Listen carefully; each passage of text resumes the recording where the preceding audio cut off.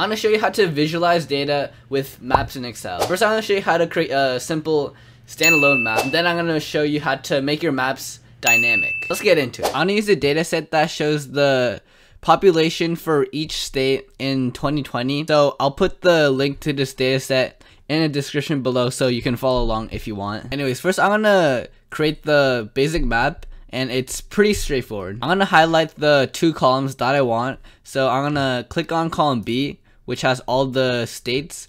And I'm also going to highlight column D. So I'm going to hold Control key on my keyboard and click on column D so that it selects multiple columns at once. And so column D contains the 2020 populations. And all you got to do is go to Insert Ribbon. And over here you see a Maps button. You have to click on that drop down arrow and then click on this filled map button, and that's gonna automatically give you a nice map. And all I have to do just to make it look a bit neater is I'm gonna change this title to 2020 population in the US. But yeah, that's pretty much it. Creating a map is pretty easy to do. We're gonna do one more step now. Now I'm gonna show you how to make this map interactive using a feature in Excel called slicers, which is basically a built-in filtering tool. So here's how it works. To create slicers for our map, we need to make this dataset formatted as a table. And right now it's not formatted as a table, so I'm gonna move this whole dataset into a different sheet just to make things neater. So I'll paste this in here, and then I go to the insert ribbon, click on table, and it's gonna say where's the data for your table, and make sure that the whole data set is selected, and then make sure that the my table has headers is checked if your table or if your data set has headers in it, and then click on OK. So now you can see that it's formatted as a table because it has drop down arrows for each header. And I'm gonna create the basic map again. So it's the same process as I did last time. I'm gonna highlight the 2 columns that I want, and then go to insert ribbon, click on maps, click on filled map, and just to make things look better, I'm gonna change the title to 2020 population in the US. But now we're gonna make this basic map interactive. So make sure you're selected inside the table or else this won't work. And then click on the insert ribbon, and then click on slicer.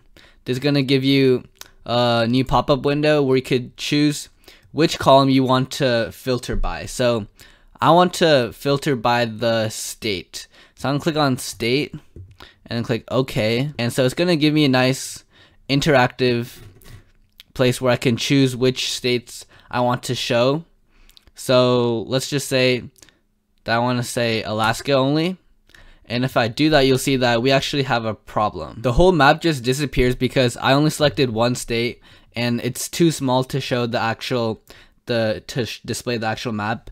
So I'm gonna go do Control Z, and to fix this I'm gonna right click on the map and then click on format chart area.